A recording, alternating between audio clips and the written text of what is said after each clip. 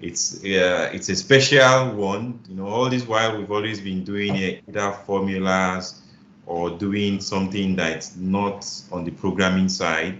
But today we have the I don't know the word to use. There's a word someone used, you know, like the super person. I don't just use the word ninja, but we have the person who is globally known for Microsoft Excel VBA.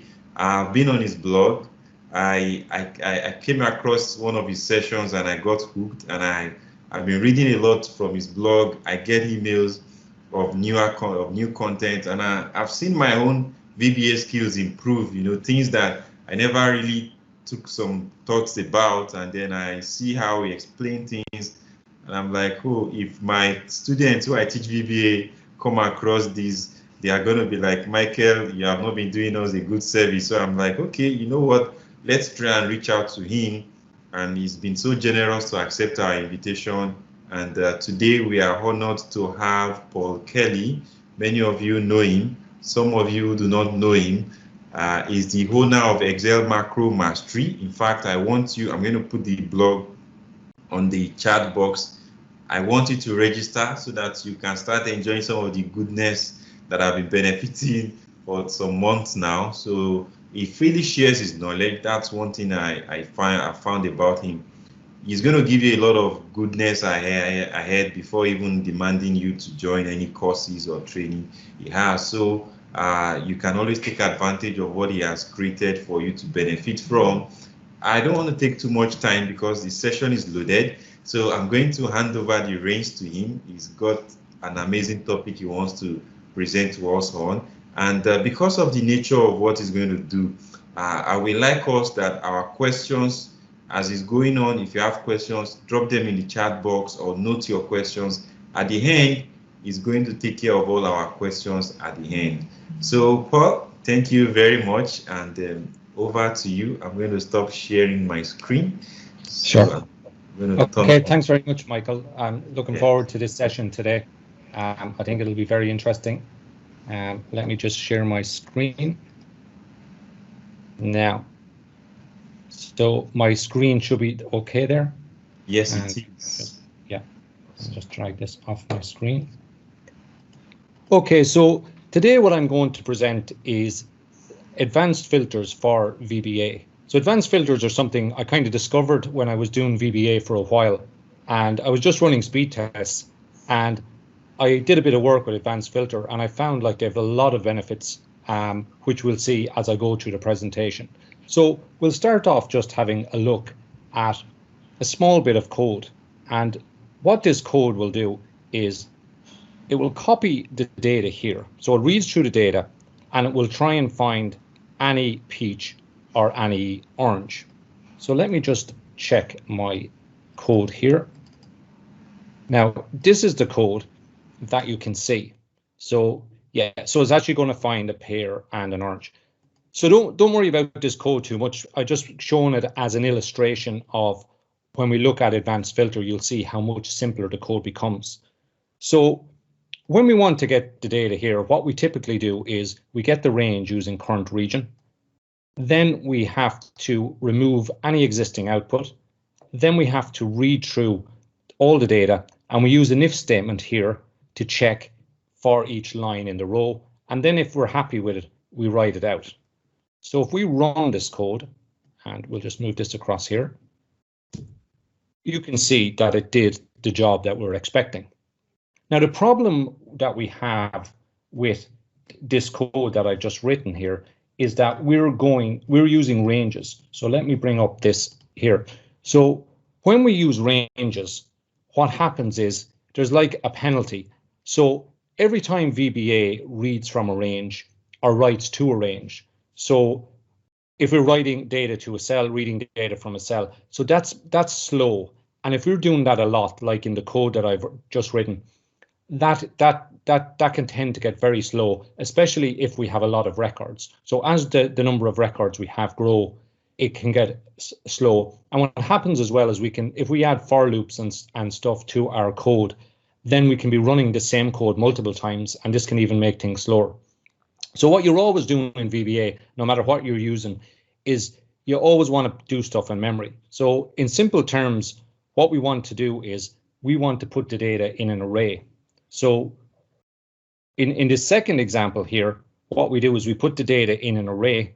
And the reason we do it, as I said, is because otherwise, if we're dealing with a lot of records, it's going to get a bit slower. So the array changes the code a bit. It makes it a slight bit more complicated.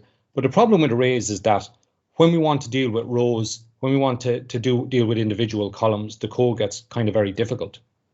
So we'll run this code anyway, and you can see that it provided the same results. So don't worry too much about that code. It's just an illustration to show you kind of the advantages that we get when we look at advanced filter. So if we go to our data ribbon here, and let me just bring that up, you see over here in sort and filter, what we have is advanced, and this is our advanced filter here. So we'll just look at it from an Excel point of view first, and then we'll look at the code. So when we click on advanced, we have the option to copy to another location, which we'll do, and we have a list range. So this is the data that we want to filter. So this, you can see it here on the left-hand side. So our criteria range then, in our criteria range, we set a criteria of what we want, and then we put where we're going to copy it to. And when we click OK, we'll get results. So let me just change this here. Hello, Paul. Yeah. I think there's something that is happening. So I think when you shared your screen on Teams, you shared just this window. So we are not seeing the other thing. So we are not seeing the code side that you did the other time. We are not seeing also the advanced filter. So when you click on the advanced filter, the window that comes up, we do not see it. Okay, let me just the desktop screen one. Yeah, screen one will make that work fine. Yeah. Okay. So can you see the Yes, these are what we've been missing. Thanks. Then one other little thing. So you see on the lower right where it's showing, yes, we can minimize it so that oh, awesome, if you've been taking it down. Thanks a lot. Yeah, no problem. Okay. So getting back to the advanced filter. So if we put, say we have fruit here and we want pear. So this is our criteria, and this is our data that we want to filter, and we're going to put our results here. So we use advanced filter. We say copy to another location. Our list range is the data we want to filter, read through and filter. Our criteria range is where we set our criteria. And then our output range, our copy to range, is where we want the data to go. So we click OK, and you can see it brings back the data. Now, if we were to change this to orange, say, that has, for example, more records, and we click advanced again, and we just have the same selection, you can see that it brings out orange. So we don't have to delete the existing output, it does it for us. Now, advanced filter has kind of this disadvantage. I mean, it has the advantage that it has is that we don't have to delete data, but it has many other advantages. And so we look at those as we go through the code. So one of the big things when I was looking at data was I wanted to see which was the fastest method for copying and filtering. So I tried benchmarking tests on all the different methods. And what was very interesting was I tried advanced filter. I basically tried everything that was available. And I tried advanced filter, and I actually didn't expect it to be faster. But I was very surprised to find that it was the fastest method. So if you look at the top one under 200 records, you can see that it takes 84, which is in milliseconds. And the one that we used already using an array for 200,000 records, it takes 10 times as long. So the advanced filter is very, very fast for what it does. So not only is it very fast for what it does, but it also has some cool extra stuff that it can do. Now, it also has disadvantages because there's no perfect tool.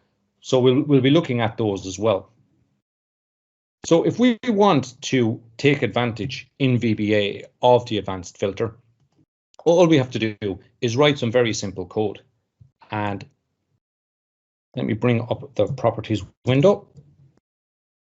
And what we'll do is we'll create a new module. Now, I'm just going to make my font a bit bigger so just that you can see it here. Now, let me go to General. Let me go to Editor Format. And there we go. So we create a sub like this, and we'll just call it Advanced Filter. And what we want to do is we want to first of all get the range of data. So we'll say range of data as range, and we set the range of data, and that equals the worksheet. Now our worksheet, you'll see on the right hand side or on the left hand side here, we have what are the worksheets. But on the right hand side in brackets is the worksheet name. On the left hand side we have what we call the code name of the worksheet. So you can, if I press F4 and you look at the properties here, you can see the code name is set here. So if we use the code name, it's quite useful because we can directly access the sheet. And the second thing is if the user changes the main name of the worksheet, our code still works. So it's kind of like a customer ID. So it's very, very useful. So I use sheet fruit, and then I'll take the range, and our data starts at A6.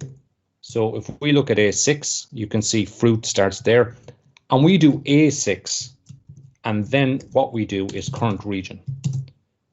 So what current region does is, if we have data anywhere, when we select current region, so this is the same as Control-Shift-8 or Control**, and what it does is it just highlights everything around it. So it returns everything around, and it stops on the blank rows or the blank columns.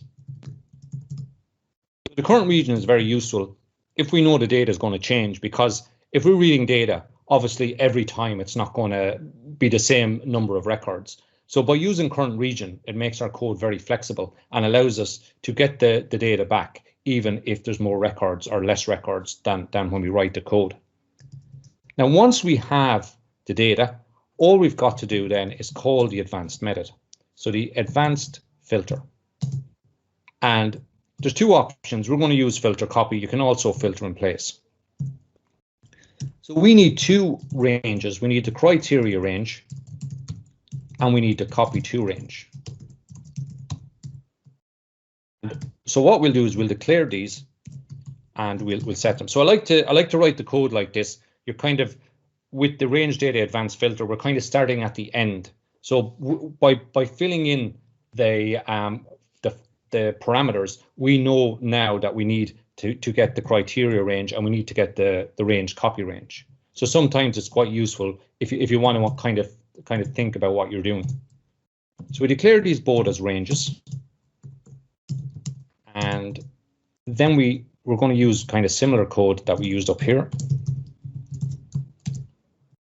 And this is going to be A1. It's going to be the same thing. It's going to be the current region again. So it's going to get all the adjacent. So anytime we've got some kind of criteria, it'll bring it all back. And the final one that we're going to use is going to be E6. Just to show you that E6 is here. Now, when we're using current region, what we do is we just want to, as the output, what we want to do is always get the just the headers. So just always include whatever headers you're using. You can do it in different ways, but I find that's the best way, and it reduces errors. Now, how we do this is, again, we're getting current region, but one thing we have to be careful is if there's already data there, it'll bring us back the data, and we only want the header. So we can just do rows 1. So this means of all the rows in the current region that we've got back, just give us the first one. And this, of course, should be copy to range. Now, as always, we do a debug compile when we run our code to make sure that we've no compiler errors. And let's run this code then. And let me just bring this across over here. And we run this code, and you can see that we've got the same result that we used, or that we got from the arrays code and the range code. But you can see that the code for those is considerably longer and more complicated. But that's not where the benefits end. The benefit ends in that. Now, let me just bring up my screen here again. So the benefits are many, really, with advanced filter, and we'll just look at each of these in turn. So one of the kind of annoying things is when you're using arrays, if you decide to go along and the format changes. So say, for example, let's make this a percentage.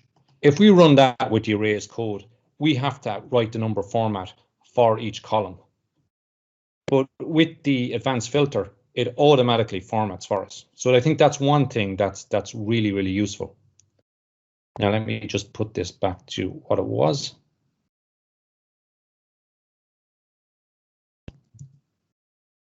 And let me just check this here. So that's one really useful thing. But what I think probably the best thing with advanced filter is if we decided that we wanted our output to kind of swap around like this. Say we want sales, then we want fruit, and then we want city. All we've got to do is put out our headers, we run our code, and advanced filter figures out what, based just on our output, it figures out what it has to put where. We don't have to write any extra code. Now, if we're writing code in VBA for arrays or whatever other way we do it, it's actually quite complex because we have to figure out our columns. We have to extract the columns we want in the code. We have to say in the code if column 1, if column 2, and then we have to write them out. And we can even we could even do something like if for some strange reason we wanted to have sales twice and we didn't want to have anything else, we just run the code again. And you can see that it puts it out. So it'll figure it out based on the headers, which is really cool because, as I said, the other ways we need to write a lot of extra code to get it working. So let me just this down a little bit. So the three big things, yeah, and so the three big things are it automatically clears the data, it does the formatting, and it sorts out the header. Now let's look at the comparison because there's always it's like when you have like a toolbox. Some things in the toolbox are really good at a job, and advanced filter is really good at what it does, and it's got some really great advantages. But also there's areas that it's weak. So you've got to know like where your tool in the toolbox is weak, so you know that maybe there's a better one in your situation. So if we're doing a filter and copy, like we were just looking at there, we've got a large amount of data, then advanced filter is extremely fast. Now, arrays isn't terrible. Arrays is still fast. It's not quite as fast, and it requires a little bit of extra code compared to just ranges, but it's still quite good. The lines of code, as we've seen, if you write like very flexible code using current region, like I wrote there, you can actually do a lot without changing any code. So that's like really, really useful. So it means if the user decides they want to, like, if their data changes or stuff changes, it's minimal kind of effect on the code.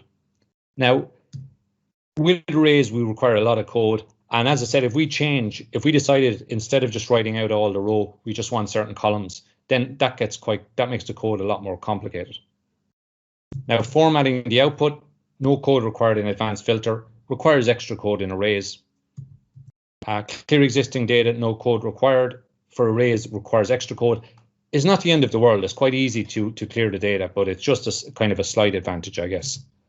Now, if we want to change that's actually no code required. If we want to change the selection and order, no code is required. Now, in the code, we could write out different headers. We could write out different headers within the code, and then we could run the advanced filter, and that could change based on that. But generally speaking, for just changing the order, we don't need any code. It's up to the user. Whereas for arrays, it requires a code change.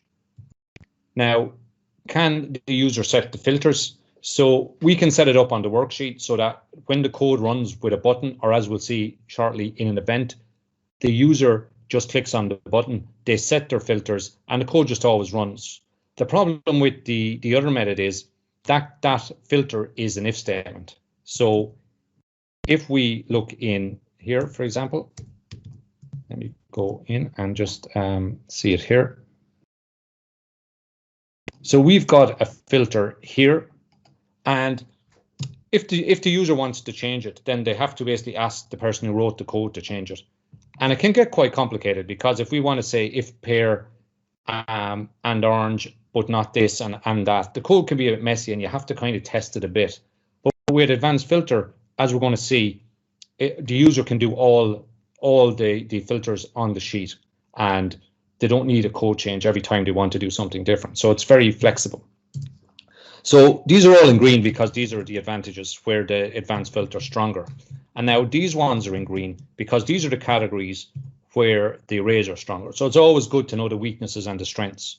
If you run multiple filters, so I actually brought this image up earlier on, and I think it didn't work. So I'll just show you this one again. So every time you take a trip from VBA to the worksheet, in other words, you're reading to the worksheet, you're writing from a cell, reading to a cell, you're doing anything with a cell as opposed to an array, it's slow. So think of it like the image here. You have to drive down a bad road every time you're going to the worksheet. So if you had to drive down a bad road to go somewhere, you're always going to like have minimum journeys. So the problem with advanced filter is it's very fast if you run it once, but if you run multiple advanced filters in a short time, so say your code, you want to run the advanced filter, say multiple times, then your code will start to get slow. And in that case, arrays is actually faster because as you do multiple runs with arrays, it doesn't slow down very much, but the advanced filter does. So that's important to know. Another disadvantage of the advanced filter. So the advanced filter, what it does, it filters the data and copies it. That's all it does. But if you want to change your value, so you want to multiply, say, our sales value, you want to filter, then you want to multiply it by 2, and then you want to write it out. Well, you can't do that. It's not part of advanced filter. So that will require extra code. Now, you could do it with advanced filter and then change it afterwards, but it's not part of the advanced filter itself. So another thing is that the criteria, now this is a question I get asked a lot, and it's like a pretty good question, is can this criteria be just an array?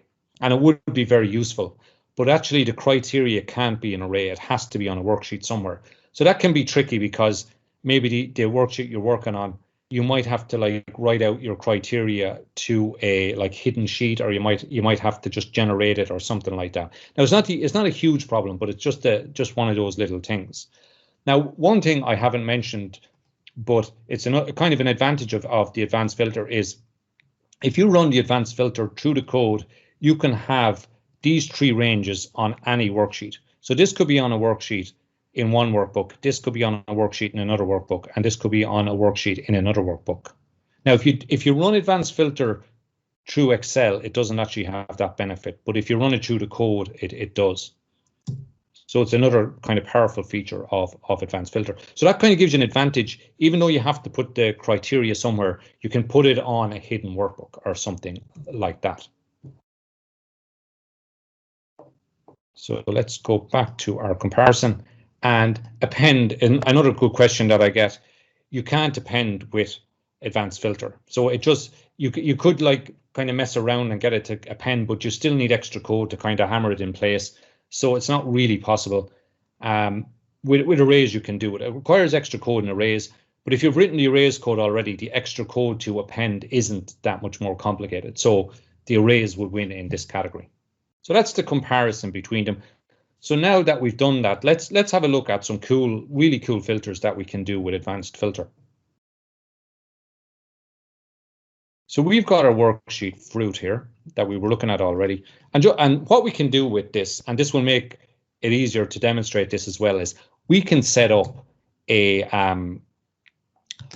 so we can set it up as a worksheet event. So we can go to our worksheet event and we can put code in here. So in our change event. So when the worksheet changes, we'll run our advanced filter. Now, let me bring up the code that I have.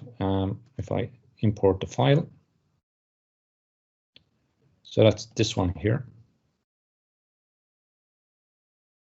So it actually imported that as a class. So I'll just, yeah, I'm just going to copy this. I don't actually need the class or anything. I just needed the code. So we've just taken our worksheet change. That means anytime the contents of a cell changes, it runs this code. So this code, now I'll just remove this because I don't need it.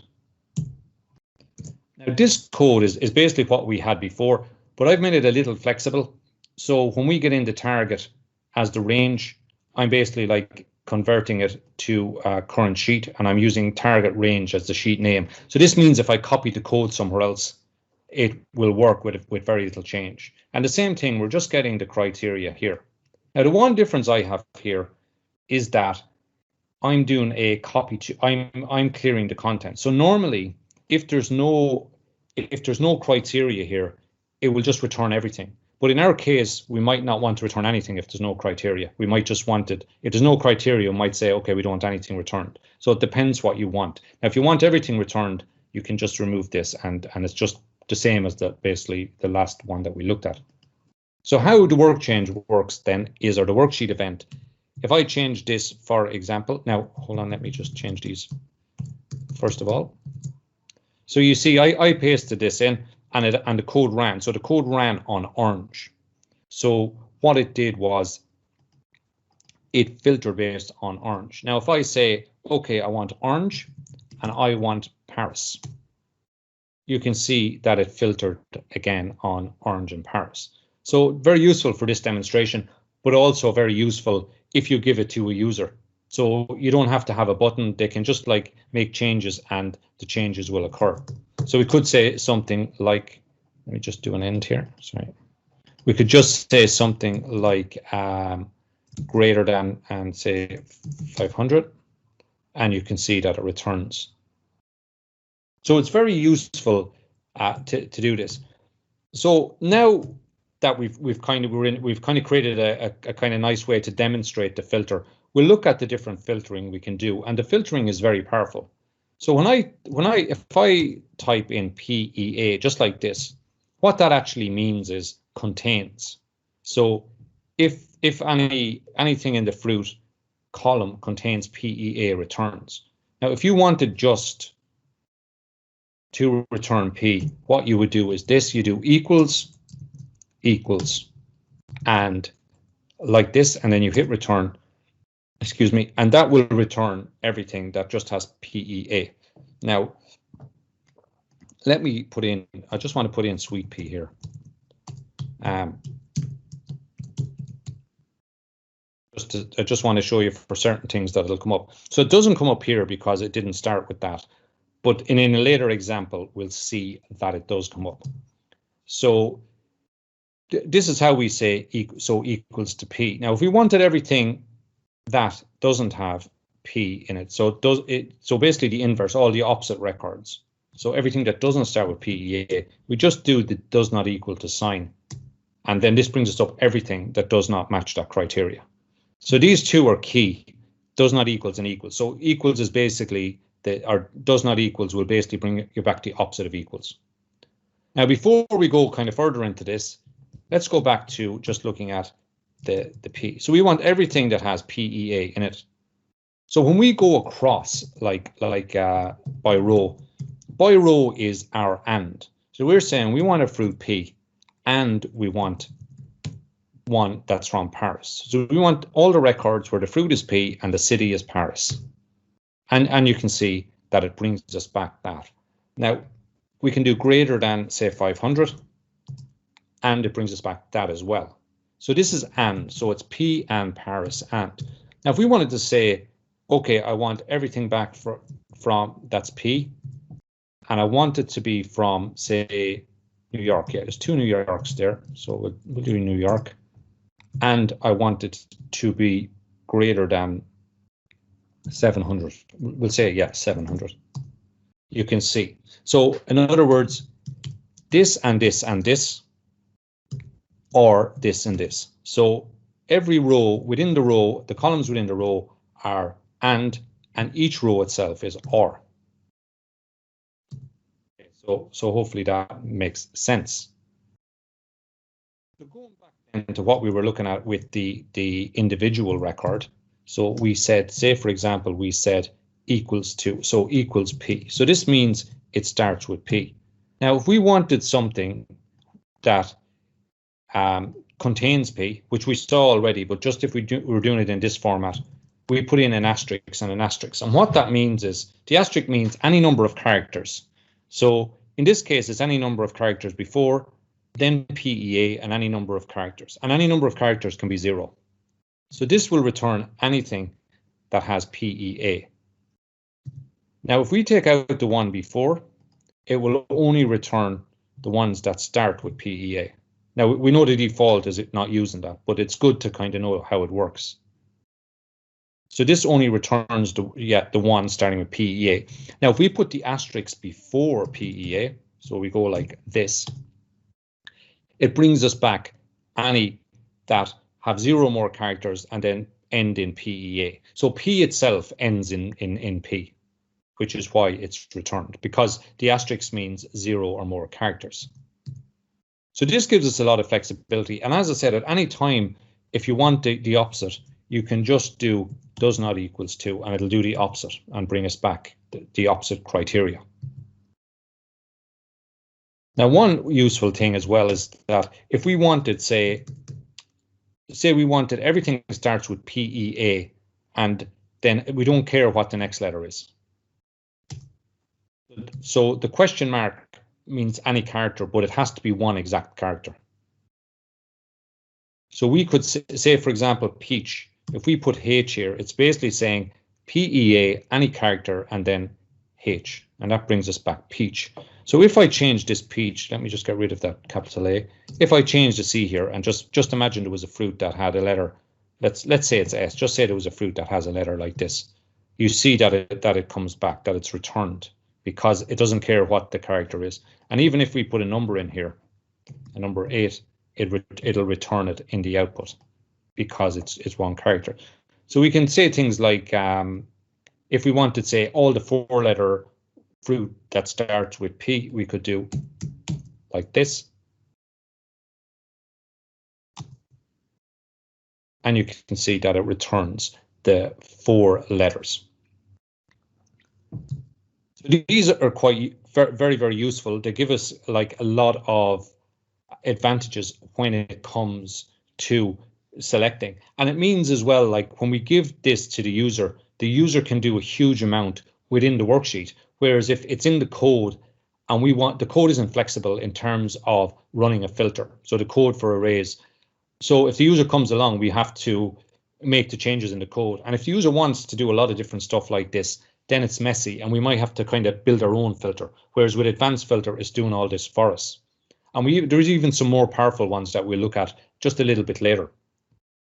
Now, one thing that can be useful as well, which you mightn't think, but imagine you said, I want to look at everything, but I don't want any records that have peach, and I don't want any records that have apple. So you could do it like this. You could have fruit, and you could say does not equals apple, say, for example. So it does not equal apple. So that brings up everything. And then you could say and does not equal orange. So you can see we can actually use the we can actually use in the criteria, if we want to do multiple criteria on one row, like if we want to do it as, so this is and, so we're doing apple and orange. So if we want to do multiple things within one row, we can actually use the same column. So we could keep going with the column and we could say, something like, and I don't want, and does not, let's say, see, and we'll say it's not a fruit starting with P with 4 letters. We don't want any of those as well. And so we can just keep using. Now we can mix this with city, we could mix it with sales. So it's just incredibly powerful what we can do with advanced filter, and how little code we need and how flexible and powerful it is. So as I said at the start, what advanced filter does, it does really well, and it has kind of some extra stuff that you don't know until you dig. When I started, I was looking at the different filters, and I was often thinking, the filters aren't bad. But then when you dig and you realize what you can do, it's actually incredibly powerful. If you start using it for your own projects and you start playing around with it, you'll just be amazed at what you can do. So let's have a look at our football one. So I'm just going to use the same code. So as I said, the beauty of this code for the worksheet event is that I can take this code and I can put it in here into football, which is another worksheet. And all I've got to do is change. So we've got our output. Our input is in the same place as our criteria. Our output is at I6. So all we've got to do is change I6 here. Now I'll save it just in case everything goes wrong. So when I change here and I'd say pick Liverpool as the home team, so this is the Champions League data from 2019, you can see that it returns all the matches where Liverpool are the home team. Now, as I said, if we wanted Liverpool away, so each row is going to be, each row refers to or. So if I do another row, I'm going to be saying Liverpool are team 1 or Liverpool are team 2. And you can see it's bringing me back all the Liverpool matches. So that's quite useful, but nothing, say, we haven't seen before. Now imagine this is something more interesting. Imagine that you wanted to get the exact number of goals in the match. So you want all the matches, say, for example, where there are 7 goals. So how would you do it? So using the what we've seen so far, it's actually a bit tricky to do it. But what we can actually do is we can actually use a formula. Now, the way the formula works is there's 3 things to keep in mind. The formula must be on a line in the criteria, but it must have no header. The second thing is the formula must return true or false. And the final thing is that if you're referring to as the filter, you must the formula must refer to this line.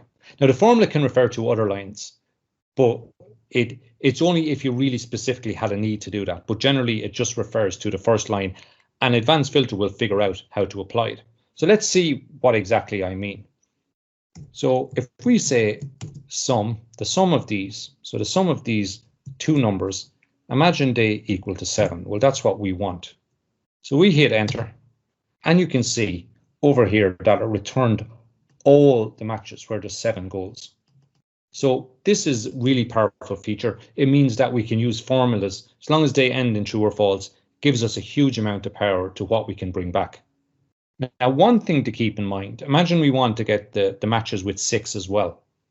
So we could do it in the same formula, but just say we're going to do it on a different line. So one thing to keep in mind is, so let's say if we paste it down here, and we're using the same thing again, but we're going to get matches, let's say they equal to 4, for example, and we hit enter. So what we've got to make sure is that no matter what line we're on in the criteria, it should always refer to the first line of the data. And VBA will then apply it to all the rest. If you put 8 in here, so E8 and F8, so you're here, what it means is that then VBA, as it goes through each row, it will check the next row, because it's basically counting it as one, as an offset. So anytime you use a formula, I'll just mention those 3 rules again, because they're like very important. You don't have a header, that's number 1. The second thing is it must evaluate to true or false. And the final thing is that even if you go down different rows of criteria, it should always refer to the first row. Now, that's only, of course, if you have a specific reason that you wanted to check the rows after, then of course you can use it. But just keep in mind, normally you won't need to do that. So that is the formula. Now, do I have another? I do have a. Let me see. Do I have another formula here that we can use? Yeah. So if we go back to, so once we can use these formulas, it gives us a huge amount of power. So if we go back here, say for example, and let's I'll just make this a bit bigger. Maybe it's So let me just with this one. So I'm gonna go back to the way that I had it. I'm gonna have peach here. It's got a capital C in it, and this peach here is going to be all capital letters. So I can run a formula here, and so this formula, actually, let me just get rid of that. This formula should be here. So if I run this formula here, I'm saying exact, and let me just do the bring up the microphone. I think it's this one, or sorry, I'm not sure now on this keyboard, but the here we go, the magnifier. So if you see, we have exact here, so you can see that we have exact equals peach. So we're using exact to make it case sensitive or case insensitive. And that returns, as I said, it returns true or false. So we can say then, if we wanted, say we want to get back Peach where the C is capital, everything else is small. And you can see that it returns this to us. Now, if we wanted all capitals, we could say this as well. And of course, because we're using formulas, we could have Peach in its own cell. We could be referencing the value in that cell as well. There's other things you can do. If you Google advanced filter and look at cool things you can do with formulas, there's all kinds of things you can do. You can get the top 5 records. There's many things. Kind of there's no kind of your imagination is only your limit what you can do. So it's very, very useful. So that's so case sensitivity. So let's go to troubleshooting. So this is I often get questions, even though the code is quite simple, you can run into trouble with your advanced filter. So this is simple code, and you can often run into problems. So I'm going to take this off the screen so you don't see what I'm doing. And let me just make a change here. Yeah, and let me bring this back. Now I just want to let me go to fruit here. I'm just going to comment out this code. So this means this code is green, so it just means it's not used, because I want to go back to just running it from here. So I run this code, expecting everything to go according to plan, and I get this. Extract range has a missing or invalid field name. Now, typically in VBA, a lot of these records are kind of general. This is actually more specific, but it's still like typically cryptic. The extract range is missing an invalid field name. So, okay, there's something wrong with our field names. We know that, but we don't really know what. So generally what I find, if you've got problems with advanced filter, it's down to your range. So one of your ranges is wrong. So the first line of defense, or the first thing to do when you get a problem, is stop it, or it will stop itself. So then take the different ranges. So the first range we take is range data. Now we can press Shift F9 if the watch window isn't available and click Add. Now let me bring up the watch window. Minus. And we'll bring up the watch window. So the watch window allows us to examine our variables. And we can put the address of any range in here. The address is a property, and it will tell us what our addresses are. And we can do this for all the ranges, so we can just see that our address is correct. Because often in my code, how I'm getting the ranges is simple, but often in the code it can be a bit more complicated. So it's always good, always the first line. So this is not just for advanced filter. Anytime that you're doing any kind of work with VBA, you finding the address of the range is what you'll be doing a lot of the time to find errors, because everything you do with Excel VBA goes between is all about cells and ranges, basically most of your code.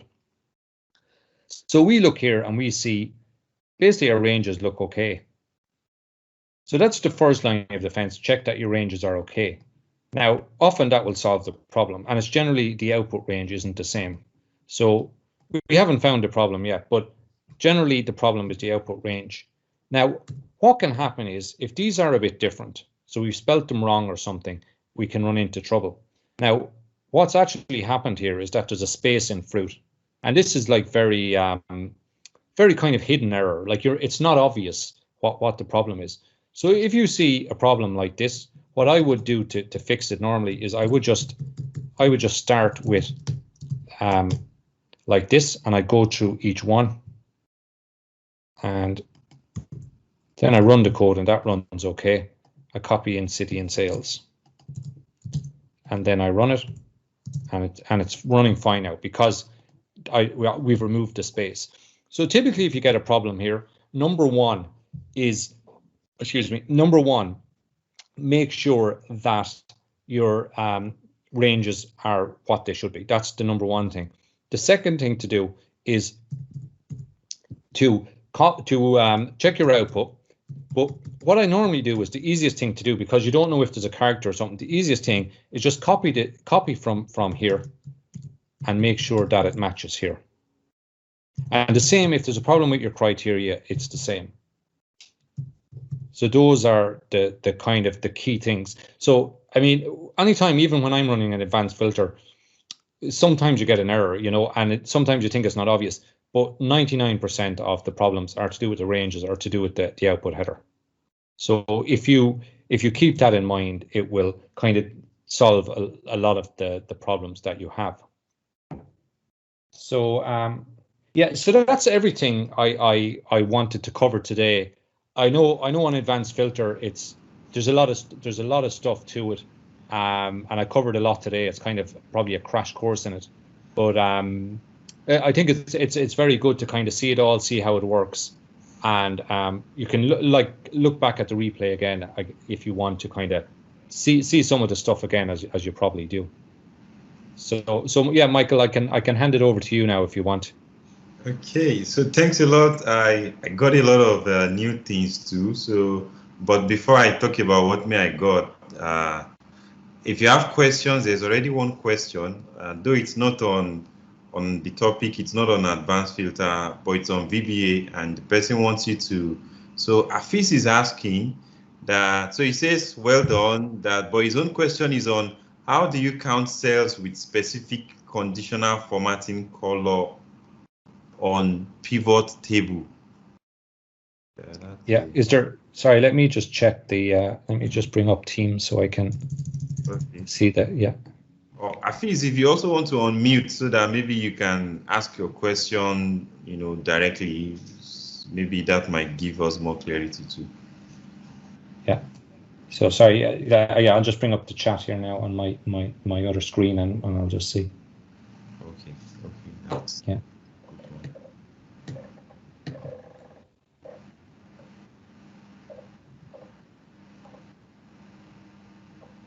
Yeah. So sorry, Michael. Which question was that again? Okay. So if you scroll up on the chat box, I'm guessing you'll be seeing the most recent.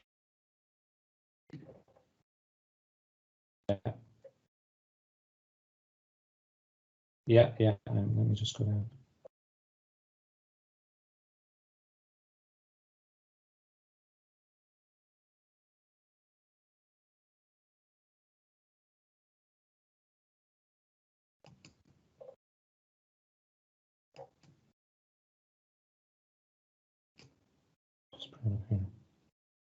Yeah, sorry, I'm just scrolling down. Where, VBA code and RG range, is that the one where do you find more info on the abbreviations? Okay. Oh yeah, how to count cells with specific conditional formatting color on a pivot table? Yes. Yeah, I think, yeah, I haven't done anything like that. I think you have to do a for loop and check the color. I don't know if there's like I don't know if there's a shortcut to doing that. Yeah. I know, like with the pivot table, I know like when you read the records, often like you're just going. It's not like a normal table. You're often just reading it like a range. Yeah, I think you just have to do a for loop and do an if statement. I'm not sure if there's a kind of more efficient way. Okay. Okay. Any other questions before we go to my own questions? Anybody in the house has a question? And there's someone I'm going to call. Anything on VBA is fine. I normally, in my own webinars, people can often ask other questions about VBA. So any question on any topic is fine. Okay. Oh, awesome. Thanks for that. So you've heard, so you can ask if you have been questions or things you've struggled with in VBA and you want to get an expert opinion on it or advice or answer. Now is your chance. Yeah. Anybody? Okay, so all right. So while we wait for the questions to come, let me just check who we have in the audience. There are some people we have that I'm going to force them to say something.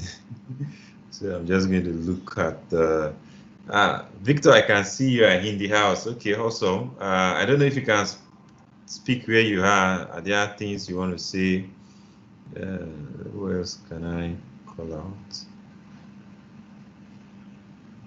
Before I move on to, you're on mute.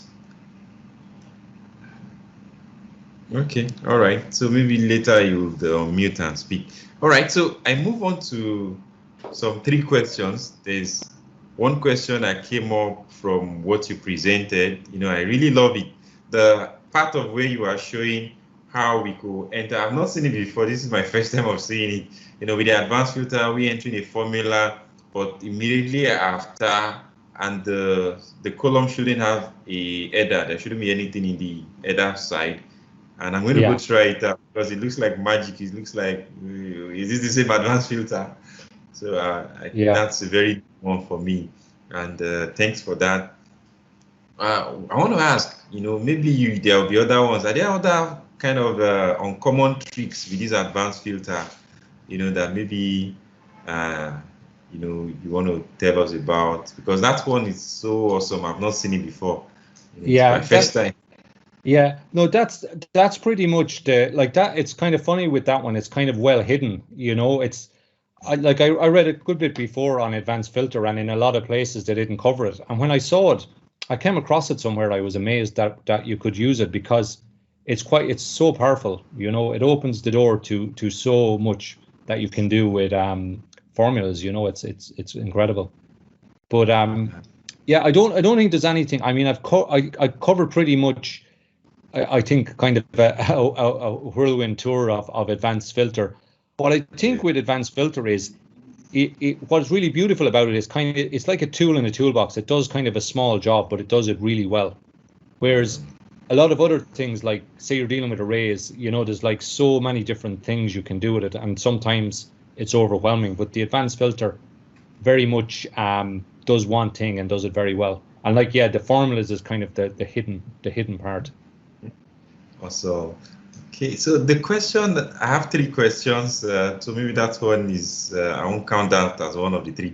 So number 1 is, I know I think the session that I watched from beginning to end, that was a live session, apart from your other ones that are already recorded and your blog that I follow and read about So guys, please check out his blog if you are interested in VBA. I'm going to post it again.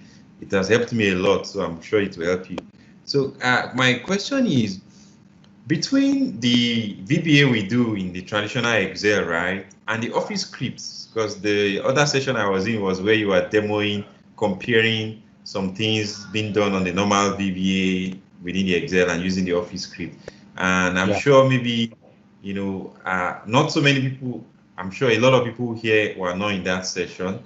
So what will you say, just your own comparison between the two, what do you think, going forward for those of us, what do you think we should understand about the VBA in Excel and that script? And yeah, so Microsoft, so this is still in beta mode, so I guess there's a lot we don't know, but there's been a couple of question and answer sessions recently from Excel, the Office scripts team, so it's quite a good time to ask that question actually, because I think things are becoming clearer with Office scripts.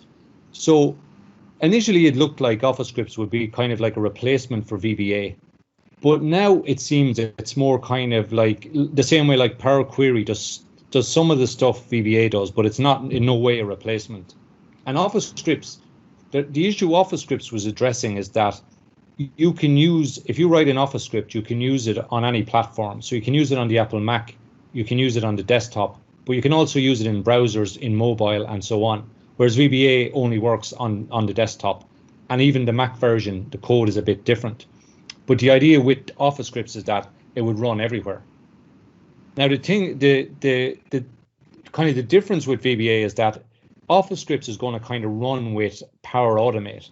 So if you're not familiar with that, it's kind of like there's other tools like Zapier and all, but what they allow you to do is take different things like say email, different kind of tools that you use and create a workflow. So you might take an input from an email, take something out of the email, put that in a spreadsheet, then maybe run an Office script to do something with the spreadsheet, and then you might send the email to somebody else. So that's kind of how the Office scripts will run. You do something and then it's in some kind of Power Automate sequence. So that's kind of different to how VBA runs with like our events that we saw today. Like you run it, you click a button, you have a user interface, and so on. Another thing is the desktop version of OfficeScripts. I'm not really sure. Some people on the OfficeScripts team have kind of mentioned that it's coming, and there's no release date. And other people have said we're not sure. They're not sure if they're releasing it just yet. So not really sure about what's happening with the desktop version. So that's kind of what we know about OfficeScripts at the moment. In terms of the language, it uses TypeScript, and it has some advantages over VBA. In that the arrays I showed today, if we try to do things like say rows and columns, it gets very messy trying to filter and trying to sort. But actually using TypeScript, it's that you can do some very good filtering within the code, like very easy. Kind of similar-ish to the way we use a formula. You kind of create a filter in a line, and then you run a loop, and the loop will just basically run the filter for you. So so it definitely has some disadvantages, or it definitely has some advantages using that coding language.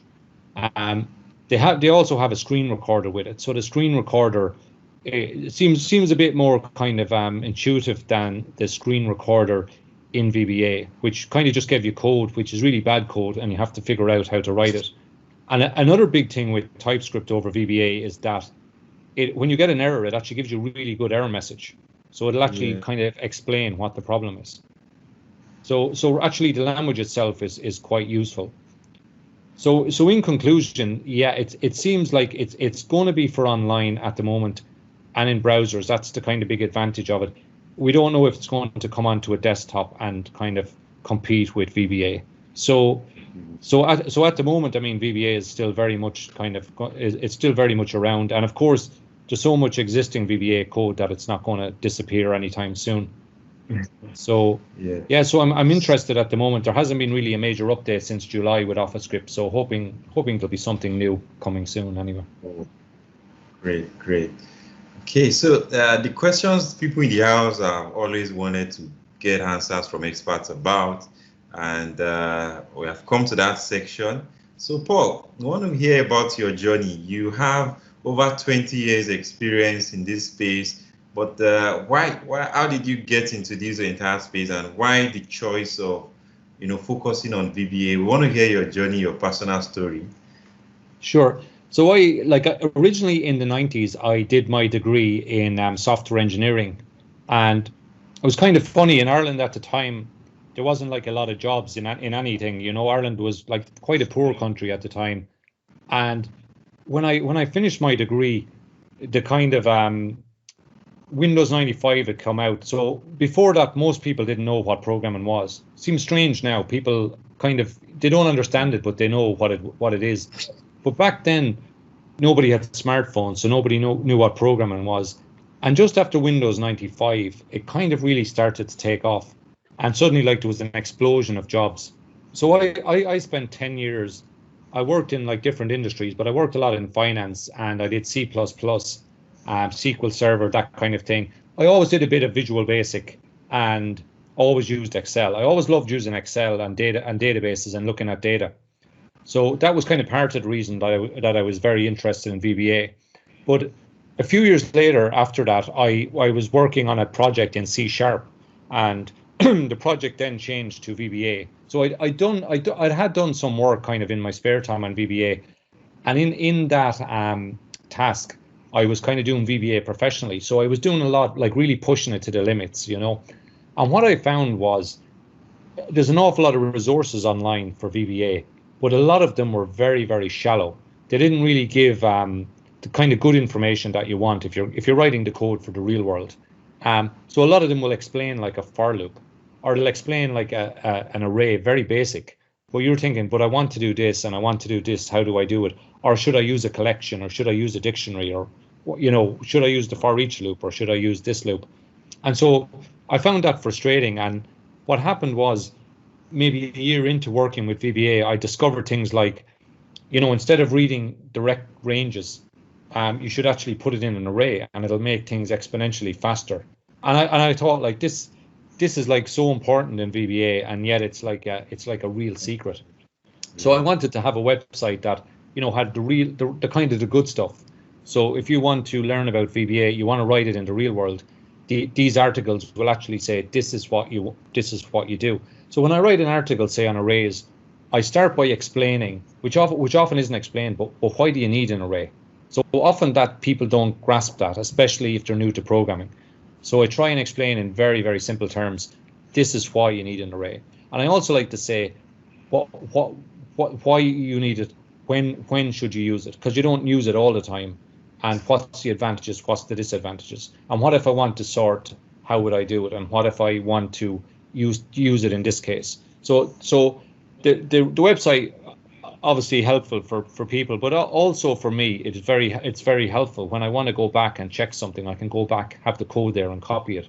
And as the website developed, what I found was, if I wanted something that was kind of, if I didn't want to read the whole article, I had to kind of figure out where something was.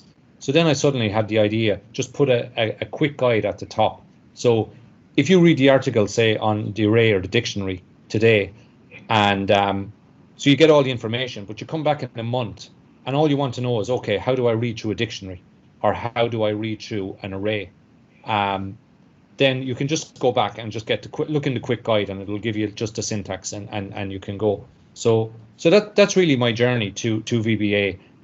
So I started the website. I didn't realize if it, you know, how popular it would be, but it turns out to be very, very popular. And about a year and a half ago, I had a YouTube channel, but I never really did much with it. But I took it serious about a year and a half ago, and it kind of blew up as well, because what I've discovered is a lot of very intelligent people, they just don't like reading. They prefer to learn by video. And also people that like reading, it's good enough to read, but it's actually nice if you see someone doing it on the screen, because sometimes you can read and it can be ambiguous. You may not be sure what the person is saying, but when it's done on the screen, you can, you know exactly what happened. So yeah, so YouTube is kind of what I'm very much focused on at the moment.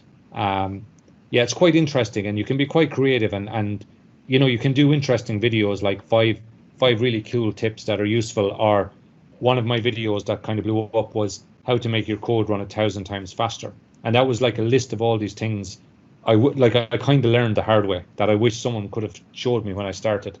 Do this, do this, do this. And most users, you know, they tread the same path, they make the same mistakes. So yeah, so that's my journey. Wow.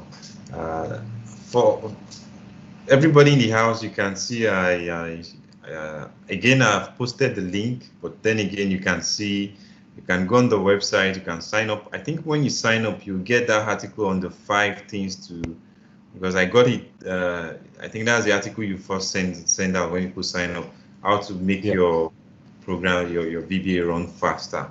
Okay, great. Yeah. So the other question we have for you is, someone starting out right now. So someone starting out right now, what advice do you have for the person? You know, how can someone who is scared of VBA, because I have some people, that's the way they describe VBA, they see it as something really scary, that they don't know if they can ever really know it, you know, like maybe only some kind of people that can learn it. Well, what advice do you have for them? Well, what I would do is, the one thing you have to keep in mind whenever you learn programming is, if you learn programming, you always learn by doing. Often you can kind of fool yourself, and you can read and watch videos, which are fine, but you've got to be actually writing the code. So there's actually an article on my website. If it's under VBA articles, but if you go there, it's called the VBA tutorial, and in the tutorial it has basically exercises. So I go through everything, and I basically say, this is arranged, this is how it works, and then there's an exercise so that you can practice and try it for yourself. And what I would say is, the way that you would learn is, if you do something like, say, I want to learn VBA, we'll just take a time, like a half an hour, and just say, okay, every day I'm just going to spend a half an hour. So I can spend more if I like, but I'm just going to spend a half an hour and play around with VBA. And like, if you do that for 30 days, you'd be amazed how kind of far that you'll come on, you know. and just having the half an hour each day, it takes a lot of stress from worrying about the different parts. So just focus on one task for that 30 minutes. But as I said, yeah, the tutorial on my website, it's free, and you just go through it. It gives you lots of exercises, and these exercises, once you start writing VBA and you get a bit of confidence, you'll be able to go back and you'll be able to add to it. So this tutorial kind of focuses on the core part of VBA. So once you run a few things, you begin to kind of understand how it works. It's very kind of easy to add some more. But that's what I'd say is just start simple and just always be practicing. If you're looking on any website with VBA, just always take the code and try to get it to run. So, like, you can often think, you read through an article, you think, I get it, but try and run the code, and that'll really teach you. Yeah. So that's my YouTube channel there. That's my latest video. The search will drop down. So wow, thanks a lot. Dropping that also in the. So I'm done asking all the general questions we have planned. I don't know if anybody else has a question before we end today's session. Apologies, Paul, that we've gone beyond the 1 hour we told you, but yeah, no problem. I don't want to deny anybody the chance of asking you a question before we wrap up the session. Yeah. Anybody has a question? Going one, going two. Okay, so I guess I'm the one with the questions today. Okay, so Paul, thanks a lot for your session today. It's been very insightful, and I'm sure a lot of people will rewatch, because even me, I noticed there are some aspects that I will need to watch again for me to fully grasp. So just one thing. I can give you. Will I give you now? I can give you the link for the workbook that I used today. Oh, okay, great. Yes. I can actually. Let me just. Will I send? I can send it to you after the webinar if you want. Would that be the easiest thing to do? Okay, but if you can also put it in the chat box. Yeah. Is that possible? Okay. So before we end the session, they might just get it. Yeah, sure. Let me just.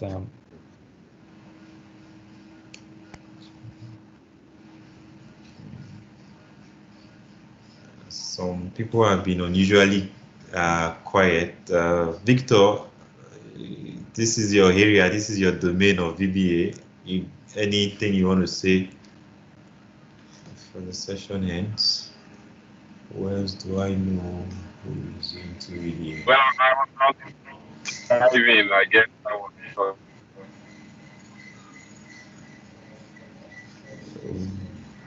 Victor, are you trying to say something? It seems we didn't catch what you were saying.